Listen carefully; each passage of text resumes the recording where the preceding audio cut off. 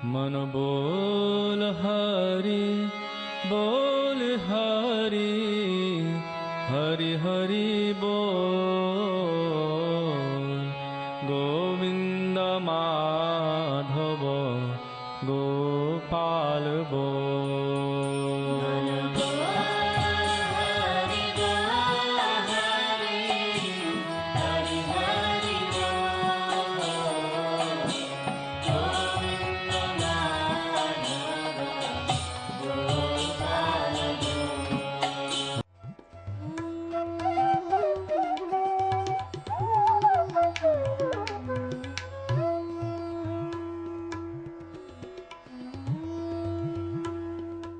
ओम विष्णुपाद अष्टोत्तर शत श्री श्रीमद् भक्ति वेदांत नारायण गोस्वामी महाराज जी का शुभ आविर्भाव सन 1921 में बिहार के बक्सर जिले में मौनी अमावस्या के दिन अर्धरात्रि में हुआ था।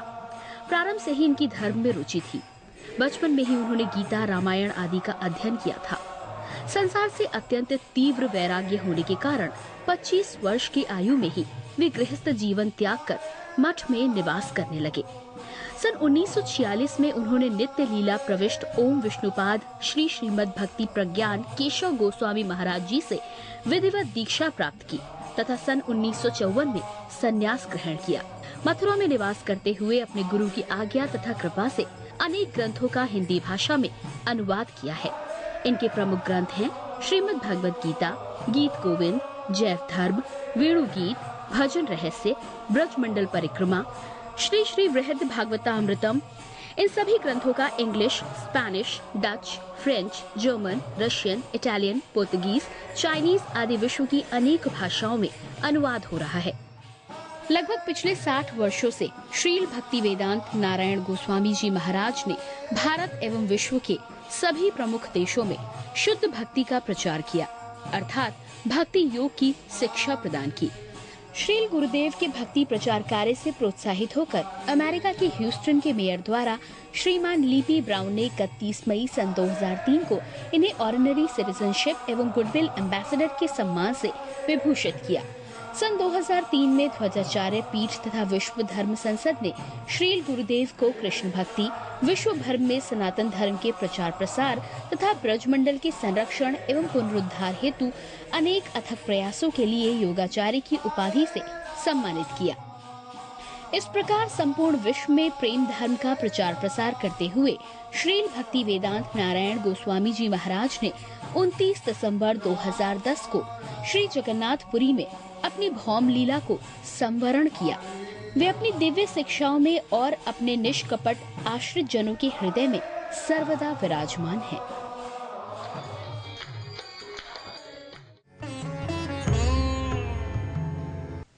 सबसे पहले मैं अपने गुरुदेव के चरणों में नित्य लीला प्रविष्टों विष्णुपाद अष्टोत्तर शत श्री श्रीमद् भक्ति वेदांत नारायण गोस्वामी महाराज जी के चरणों में अनंत कोटि दंडवत प्रणाम करता हूँ।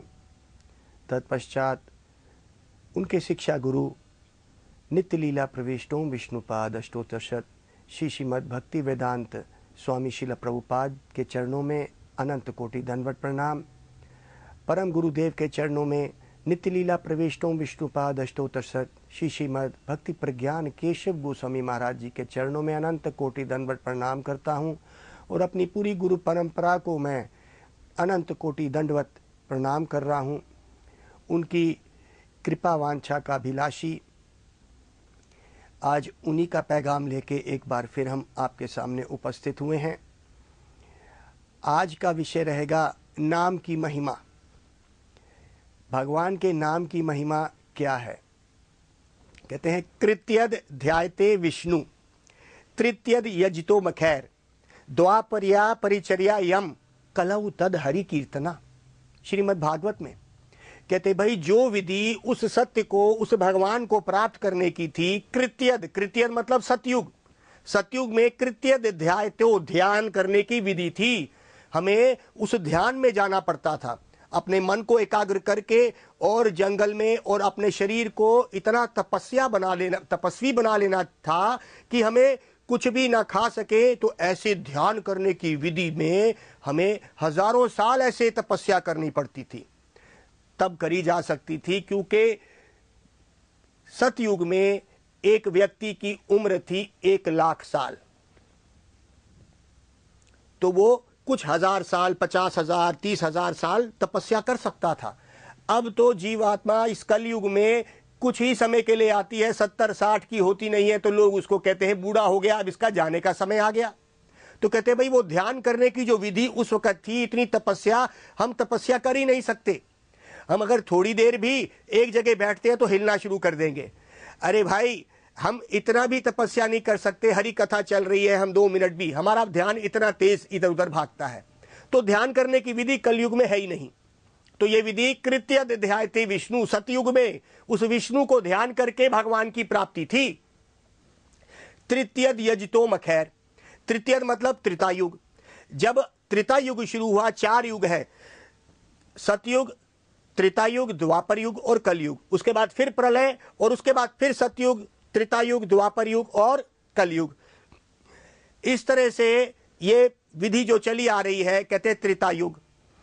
त्रेतायुग में एक इंसान की उम्र घट के हो गई 10,000 साल। 10,000 साल तक एक व्यक्ति त्रेतायुग में जीता था, लेकिन वहां पे तृतीयद यजितो मखैर, बड़े बड़े यज्ञ करने की विधि थी उस सत्य को प्राप्त करने के लिए। हवन कुंड और उस जगह की पवित्रता और यज्ञ करने की सामग्री, घी ऐसा होना चाहिए, ब्राह्मण का ऐसा शुद्ध उच्चारण होना चाहिए कि अगर कोई उच्चारण गलत हो गया तो वो उल्टा पड़ सकता था। तो कलयुग में अब ऐसे ना कोई ब्राह्मण बचे हैं, और यहां तक कि घी भी शुद्ध नहीं मिलता, सामग्रियों में मिलावट है, इसलिए यज्ञ कहीं उल्टा ना पड़ जाए। और यज्ञ भी बड़े बड़े यज्ञ होते थे और बहुत ही सामग्री और घी, टनों टन घी दिया जाता था। जैसे राजसूय यज्ञ युधिष्ठिर महाराज ने किया, इस तरह करके बड़े बड़े यज्ञ, अश्वमेध यज्ञ, इस तरह करके यज्ञ करे जाते थे। उस यज्ञ करने को विधि भी कई हजार साल लग जाते थे। तो 10,000 साल की जो हमारी उम्र थी तब तक तो ठीक था, लेकिन अब उम्र कलयुग में है ही नहीं। तो कहते भाई तृतीयद यजितो मखैर, ये जो यज्ञ करने की विधि उस सत्य को प्राप्त करने की थी, अब इस कलयुग में नहीं है, इसलिए यज्ञ से भी सत्य, वो सत्य को नहीं प्राप्त किया जा सकता जो कृष्ण है, क्योंकि वो त्रेतायुग तक था। द्वापर्या परिचर्यायम, कहते भाई द्वापर में परिचर्या, परिचर्या मतलब सेवा, भगवान की सेवा पूजा करना, बड़ी बड़ी भेंटें देना मंदिरों में। तो कहते हैं द्वापर में जब एक मनुष्य की उम्र 10,000 साल से घट के हो गई 1,000 साल, द्वापर युग में 1,000 साल एक मनुष्य की उम्र रही है, उसमें बड़ी बड़ी भेंटें और ऐसे बड़े बड़ी सोने चांदी के हीरे जवाहरात भगवान को अर्पित करे जाते हैं। कहते भाई आजकल इस कलयुग में अगर इतनी बड़ी भेंटें चढ़ने लग जाएंगी तो कुछ ना कुछ गलती होगी। तो इतनी बड़ी भेंटें जिसमें भी, जिस मंदिर में भी जाएंगी, सरकार जल्दी से उसको अपने काबू में कर लेगी। तो भाई ट्रस्ट में तो कौन होता है, जो भगवान के भक्त होते हैं। तो कहते भाई ये बड़ी बड़े प्रेम से भेंटें जो दी जा रही थी, और अभी हम एक व्यक्ति के पास इतनी बड़ी भेंटें देने को भी नहीं है, तो कहते हैं भाई द्वापर्य परिचर्यायम, द्वापर में उस विधि को जब 1000 साल की उम्र एक मनुष्य की थी तो बड़ी बड़ी भेंटें भगवान की संतुष्टि के लिए दी जाती थी। कहते हैं वो भी नहीं चल सकती है, क्योंकि आपने परिस्थिति देख ली है, बड़े बड़े मंदिरों के, जितने बड़े मंदिर इस वक्त हिंदुस्तान में हैं, सारे सरकार के अनुगत्य में चल रहे हैं, और कितने भक्त हैं क्या है, इसमें एक बहुत बड़ा प्रश्न चिन्ह है। तो कहते हैं भाई अब, तो कहते कलौ तद हरि कीर्तना, इस कलयुग में जहां पे उम्र इंसान की घट के 1000 साल द्वापर में जो थी, अब घट के बन गई सिर्फ 100 साल। 100 साल की उम्र घट के रह गई है अब कलयुग में, और यहां पे सिर्फ एक ही चीज चल सकती है, वो है हरि नाम। हरि नाम में कुछ नहीं लगता है, इसलिए कहते हैं इस कलयुग एक ये धन्य कलयुग है कि जीवात्माओं को इतना मौका मिला है कि हरि नाम से भगवान की प्राप्ति। तो नाम की प्राप्ति सिर्फ एक हरि नाम लेने से होती है, जो सतयुग में हजारों साल की तपस्या से वो सत्य मिलते थे, और हजारों साल के यज्ञ करने से त्रेता युग में जो मिलता था सत्य की प्राप्ति, और वही प्राप्ति भगवान की बड़ी बड़ी भेंटों से द्वापर युग में जो मिलता था, वही चीज अब हरि नाम से, कलौ तद हरि कीर्तना, कलौ मतलब कलयुग में हरि नाम से मिल जाता है। तो कहते हैं भाई ये कलयुग ही बड़ा धन्य है, इसमें कुछ भी नहीं करना है, क्योंकि हमारे ये शरीर इतने तपस्वी तो है ही नहीं, कहते हैं बड़े बड़े ऋषि मुनि जो तपस्या करते थे एक ही स्थान पे बैठे रहते थे, पहले अपनी इस प्राण वायु को बंद कर लेते थे, प्राण वायु को बंद करके अपने खाने और पीने की क्रिया को भी बंद कर देते थे।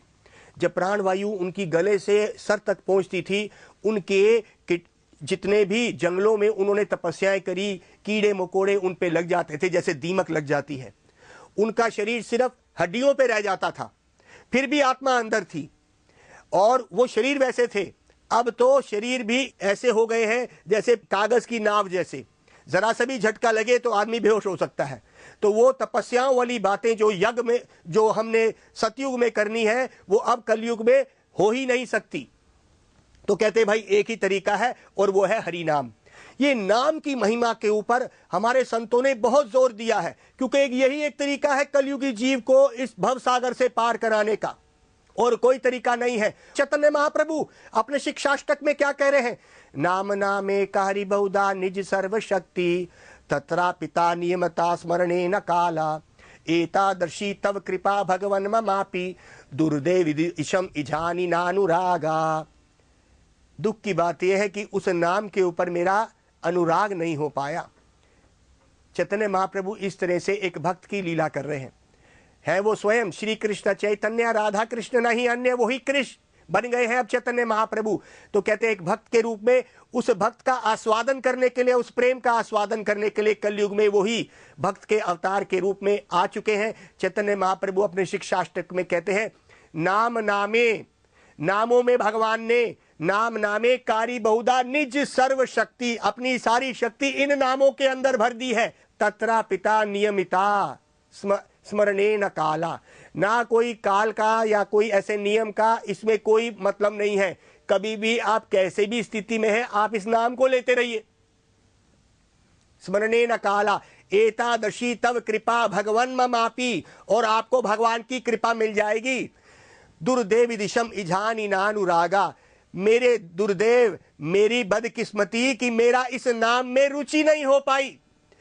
भगवान के नाम की इतनी महिमा सुनने के बाद भी मेरी रुचि नहीं हो पाई। हाय हाय क्या होगा मेरा, इतना आसान रास्ता भगवान का नाम।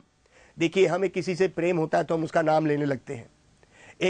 एक पुरुष को एक स्त्री से प्रेम हुआ, अभी नया नया जवानी है, वो हमेशा उसका नाम पुकारता रहेगा। क्यों भाई? ना वो है ना वो सुन सकती, लेकिन उसका प्रेम जो जागता है वो काम वासना है वैसे। लेकिन इसमें भी देखा जाता है कि इस संसार में वो परछाई जो काम के रूप में है, एक व्यक्ति किसी से संबंध रखता है तो उसका नाम लेता है। हमारा किसी से भी संबंध होता है तो हम उसका नाम लेते हैं। एक माँ अपने पुत्र को कितनी बारी पुकारती है? क्योंकि उसका संबंध है। उसी तरह से अगर हम अपने भगवान के साथ संबंध रखना चाहते हैं तो हमें नाम पुकारना पड़ेगा। एक बड़ी सुंदर कथा हमारे रामायण में आती है। कहते राजा महेंद्र हुए हैं राम जी के समय में। राम जी का राज्य चल रहा है। एक दिन क्या हुआ, नारद जी वहां से निकल रहे हैं। नारद ऋषि, नारद जी भगवान के बहुत बड़े भक्त हैं। उनका ये प्रचलन है कि इधर की बात उधर करते हैं, लड़ाई करवाते हैं, लेकिन वो ये सब बातें करते हैं कि एक भजन और भगवान की भक्ति ज्यादा बढ़ सके। हमारे शास्त्रों में नारद जी को हमारी गुरु परंपरा में ब्रह्मा जी के पुत्र के रूप में, शिष्य के रूप में नारद जी एक बहुत बड़े भक्त हैं। नारायण नारायण करते करते पहुंच गए राजा महेंद्र के पास। राजा महेंद्र राम जी के दरबार में जा रहे थे तो नारद जी ने कहा देखो तुम जाओगे वहां पे बड़े ऋषि मुनि बैठे होंगे, तुम सबको प्रणाम करना, राजा भगवान रामचंद्र को भी प्रणाम करना जरूर, लेकिन वहां पे विश्वामित्र मुनि बैठे होंगे, उनको प्रणाम मत करना, क्योंकि वो ना ऋषि मुनि नहीं है, वो दिखा रहे हैं वो ऋषि मुनि है, उनको बड़ा जल्दी गुस्सा आ जाता है। तो एक ऋषि मुनि को कोई क्रोध थोड़ा आना चाहिए, तो इतनी जल्दी क्रोध आ जाता है, इसलिए उनको आप प्रणाम मत करना। राजा महेंद्र ने कहा नारद ऋषि बोल रहे हैं तो नहीं करूंगा, और बड़े आराम से वो राम जी के दरबार में पहुंच गए। जय राम श्री राम को प्रणाम करते हुए सबके पास पहुंचे। पहले राजा रामचंद्र जी को उन्होंने प्रणाम किया और उसके बाद विश्वामित्र मुनि के आगे से निकल गए और विशिष्ट मुनि और सब ऋषिवर बैठे हुए हैं, सबको प्रणाम किया। विश्वामित्र मुनि को बड़ा क्रोध आ गया, वो भागे उसके पीछे उसको मारने के लिए, और मारने ही लगे थे कुल्हाड़े से। तो विश्वामित्र मुनि को राम जी ने एकदम रोक लिया। अरे भाई ये राम राज्य है, आप ऐसा ना करिए।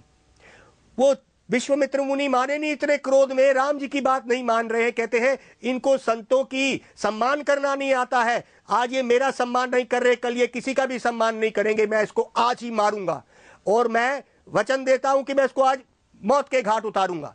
राम जी ने देखा कि भाई ये स्थिति तो बस में नहीं आ रही है, तो राम जी विश्वामित्र मुनि को शांत करके बोलते हैं, देखो मैं अपने भक्त हनुमान की सौगंध खाता हूं, कसम खाता हूं कि कल शाम को सूरज ढलने से पहले मैं इस राजा महेंद्र को मार दूंगा। तब विश्वामित्र मुनि मान गए कि राम जी ने अपने परम भक्त हनुमान जी की सौगंध खा ली, कसम खा ली कि कल शाम को सूरज ढलने से पहले मैं राजा महेंद्र को मार दूंगा। तो विश्वामित्र मुनि शांत हो गए, अंदर बड़ा क्रोध हो था। राजा महेंद्र ने देखा, अरे भाई ये तो विश्वामित्र मुनि ने और राम जी ने कसम खा ली है और वो भी हनुमान की, मेरा क्या होगा, अब तो मेरी मृत्यु निश्चित है।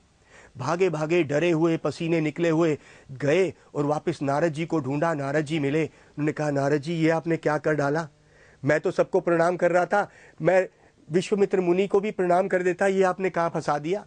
नारायण नारायण, नारद जी ऐसे कर रहे हैं। राजा महेंद्र तो कांप रहे हैं कि भगवान राम ने कसम खा ली है कि कल मुझे मृत्यु हो जाएगी, हनुमान जी की कसम।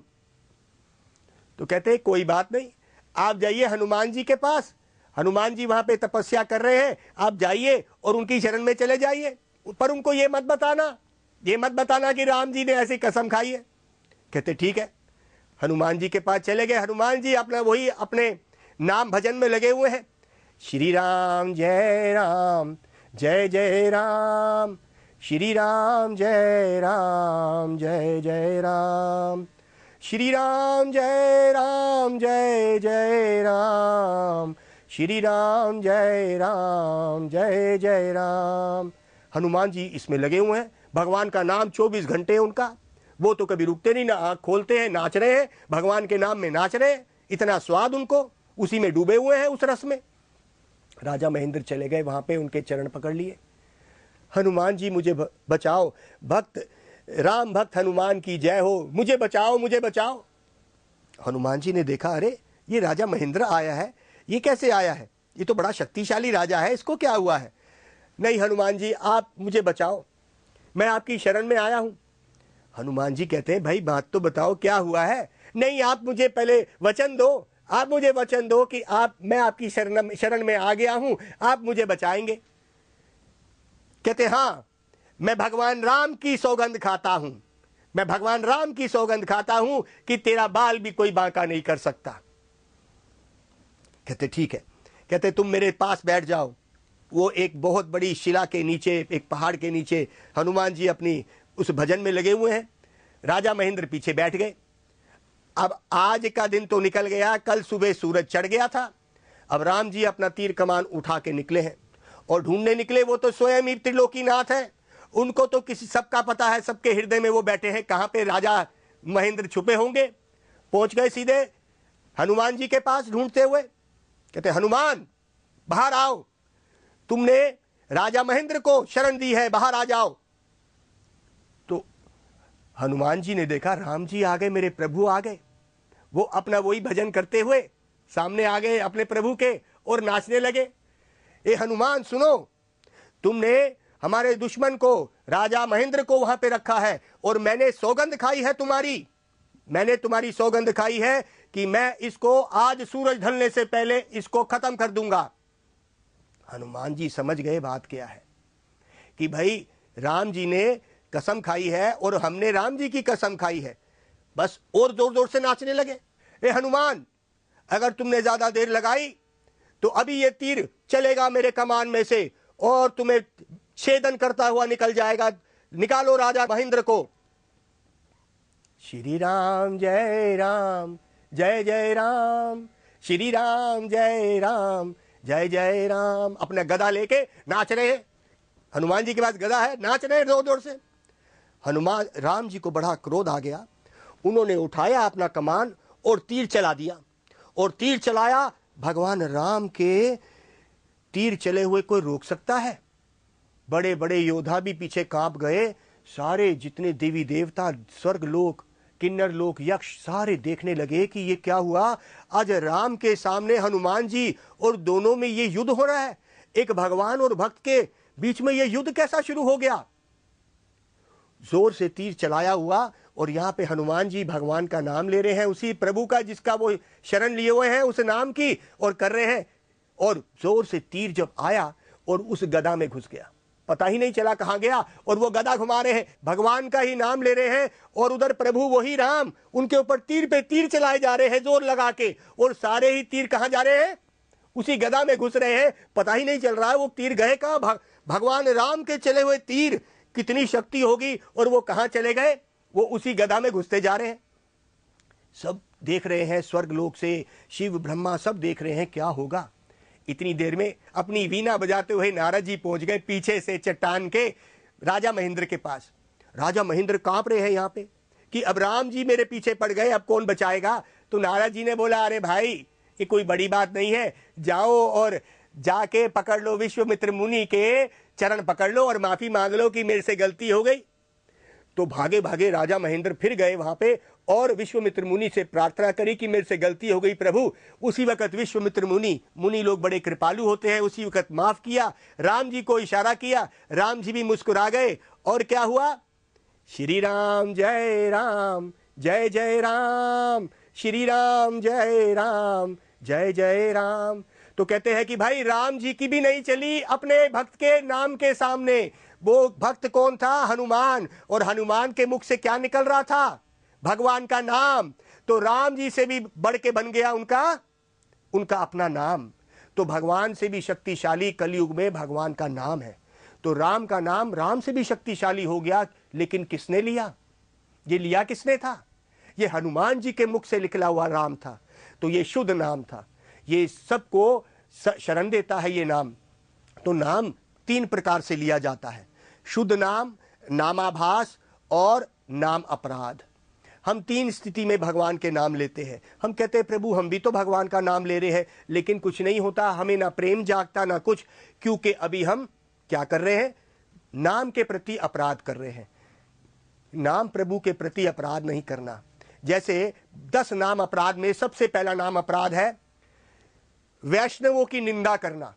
जितने भी भक्त लोग इस मार्ग में लगे हैं उनकी निंदा करना, यह एक सबसे बड़ा अपराध है। गुरु को आम व्यक्ति समझ लेना, ब्रह्मा और शिव जैसे देवी देवताओं को भगवान के साथ एक ही स्तर पे देखना, पुराण और वेदों को एक आम ऐसी कोई पुस्तक समझ लेना, भगवान महामंत्र की, भगवान के नाम की समझना कि बखान ज्यादा ही हो गया कुछ। वेदों में शास्त्रों में इतना बखान नहीं है, भक्तों ने ज्यादा कर दिया। ये सब उस नाम के प्रति अपराध है। यह नाम रूप चरित आदि स्यात् कृष्ण नाम आदि पित्तोपताप्ता नरसरोस्य रुचिकानु। उपदेशा अमृत रूप गोस्वामी कहते हैं भाई इस नाम में हमारी रुचि नहीं आ रही। ये रुचि कैसे नहीं आ रही है, पित्तोपताप्ता, पित्त मतलब हमें जॉन्डिस का रोग हो गया है, हमें इस माया का जॉन्डिस का रोग है। एक व्यक्ति को जब जॉन्डिस हो जाता है तो उसको इस जो चीनी दी जाती है या गुड़ दिया जाता है वो कड़वा लगता है क्योंकि उसको जॉन्डिस का रोग है। तो हमें ये माया का जॉन्डिस का रोग लग गया है, हम जॉन्डिस में हैं और अपराध नाम लेते हैं, इसलिए हमारे को भगवान के नाम में स्वाद नहीं आता है। तो कहते हैं कि भगवान के नाम का स्वाद क्यों नहीं आ रहा है, क्योंकि हम अपराध कर रहे हैं। हम साथ साथ भगवान का नाम तो ले रहे हैं, भक्तों की भी निंदा करते हैं, हम भजन करने वालों की निंदा करते हैं, हम गुरु को भी एक आम व्यक्ति के रूप में देखने लगते हैं और सोचते हैं नाम में ही सब कुछ है, नाम हमारे पे कृपा नहीं करेगा। जब तक गुरु कृपा नहीं करता ये नाम कृपा नहीं करेगा। और जैसे कि आप ये देख लीजिए, भगवान और नाम के बीच में जब ऐसा हुआ, भगवान के भक्त के मुख से नाम निकला तो नाम ज्यादा शक्तिशाली हो गया। और ये नाम से ज्यादा शक्तिशाली कौन था, जो भगवान का भक्त है, जो उस नाम को दे रहा है। नाम की भी कृपा भगवान के भक्त से मिलती है, तो भगवान के भक्तों को तो हमें सबसे ज्यादा समझना पड़ेगा। तो कहते हैं तदया नाम समर्चानम। भगवान शिव पार्वती को ऐसा कह रहे हैं नहम तिष्ठामि वैकुंठे योगिनाम हृदयम च मद भक्ता यत्र गायंती तत्र तृष्यामि नारद। ओ नारद, ना मैं वैकुंठ में हूं, ना हम तिष्ठामि वैकुंठे योगिनाम हृदयम च, ना मैं योगियों के हृदय में हूं। मद भक्ता यत्र गायंती, मेरे भक्त जहां पे मेरा गायन कर रहे हैं मैं वहीं हूं। तो आज हम अगर भगवान का भजन करते हैं तो भगवान यहीं बैठे हैं। अगर भगवान मंदिरों में नहीं है तो भगवान जहां पे भजन चल रहा है, अगर मंदिर में भगवान का भजन है तब तो भगवान मंदिर में है। उस भाव से भजन मंदिर में किया जा रहा है तो भगवान मंदिर में है। लेकिन अगर वहां पे भावों की कमी है, जो आजकल ज्यादा देखा जाता है, तो क्या है, मंदिर में भगवान नहीं बसते हैं। भगवान ने बोला मैं वैकुंठ में भी नहीं बसता। अगर आप सोचते हैं कि मैं वैकुंठ में हूं, मैं वैकुंठ में भी नहीं हूं। योगी नाम हृदयम च, योगी लोग अपने हृदय में एकाग्र करके उस तपस्या में, उस हिमालय की चोटी में जाके बैठ जाते हैं। मैं वहां भी नहीं हूं। मद भक्ता यत्र गायंती, मेरे भक्त जहां पे मेरा गायन कर रहे हैं, ओ नारद मैं वहीं बैठा हूं। तो आइए हम 2 मिनट के लिए उस भगवान का नाम ले लें, क्योंकि उस नाम में ही भगवान है। भगवान स्वयं वहीं पे आके बैठ जाएंगे। तो आप सब लोग जो देख रहे हैं मेरे साथ दोहराएंगे, हरे कृष्णा कृष्णा कृष्णा हरे हरे, हरे राम राम राम हरे हरे। आप सुबह शाम उठते बैठते इस भगवान के नाम को लेते रहिए। ये 16 शब्द का महामंत्र हम आपके पास लाए हैं। इति षोडशकम नाम नाम, ये 16 शब्द का नाम है। और इसी मंत्र को अगर आप लेते रहेंगे आपका जीवन सफल होगा और मुख तो प्रेम मिलेगा, और जीवन की जितनी कठिनाइयां हैं वो गौण रूप में, सेकेंडरी रूप में सब खत्म हो जाएंगी अपने आप। मुख्य आपको भगवान का प्रेम मिलेगा। इसीलिए गौर प्रेमानंदे हरि हरि बोल। वर्तमान समय की सामाजिक दुर्दशा का अंत करने, लुप्त होते जा रहे सनातन धर्म के संरक्षण एवं इस समाज को सही मार्ग पर लाने के लिए हमने इस क्रांतिकारी कार्यक्रम आनंद की खोज की शुरुआत की है। भगवान श्री कृष्ण इस जगत के मूल हैं। उनके संदेश के बिना जीव सुखी नहीं हो सकता है। इस आधुनिक समाज में सनातन धर्म का संदेश वैज्ञानिक, प्रामाणिक एवं विश्वसनीय रूप में पहुंचाने की हमारी चेष्टा है। इस कार्यक्रम के निरंतर प्रसारण के लिए आपका सहयोग प्रशंसनीय है। आप हमसे संपर्क कर सकते हैं। विज्ञापन के लिए संपर्क करें। मन बोल हरि बोल हरि, हरि हरि बोल। गोविंद माधव गोपाल बोल।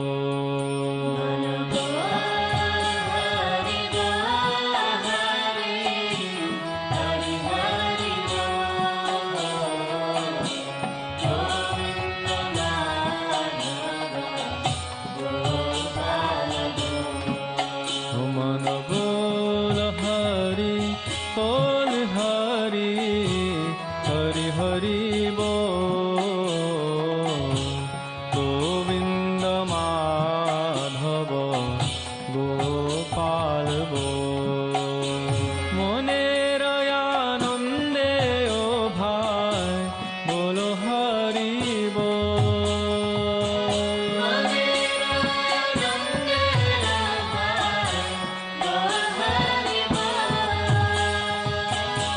জনমে জনমে সুখে বলো হরি बोल।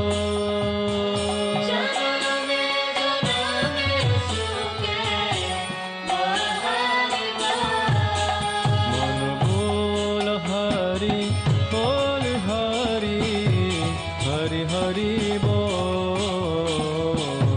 गोविंद माधव गोपाल